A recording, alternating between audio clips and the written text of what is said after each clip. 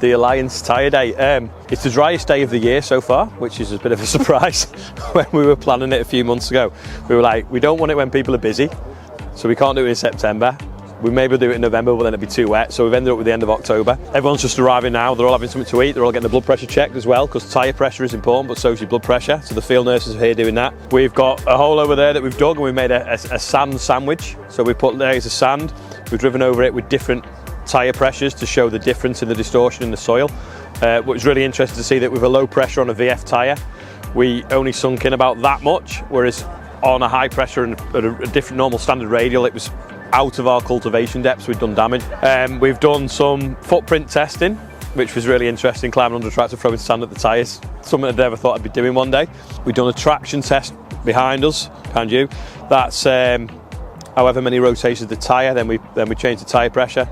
We got some interesting results with that, and also found out that on a tram line we got 30% more slip.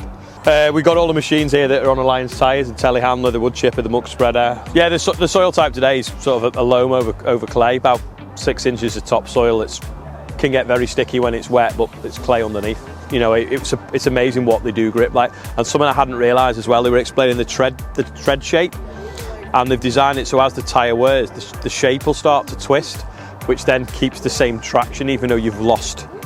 Like, you can have it really aggressive and high, but then it doesn't self-clean.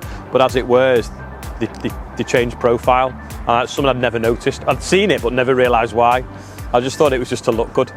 These tractors now, they can burn that much fuel an hour, that if you've not got the tyres set right, you can cost more than the man's costing you just in wasted fuel. So it's important to get the tyre pressures right. And I think it's about educating the operators more than anything.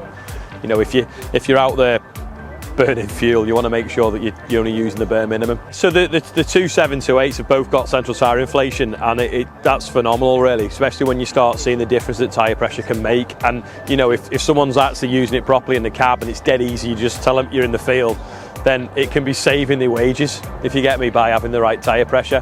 Whereas people are just pulling a field and just set off the same tyre pressure they've been down the road on, and they're just wasting fuel and shortening the life of the tyre as well.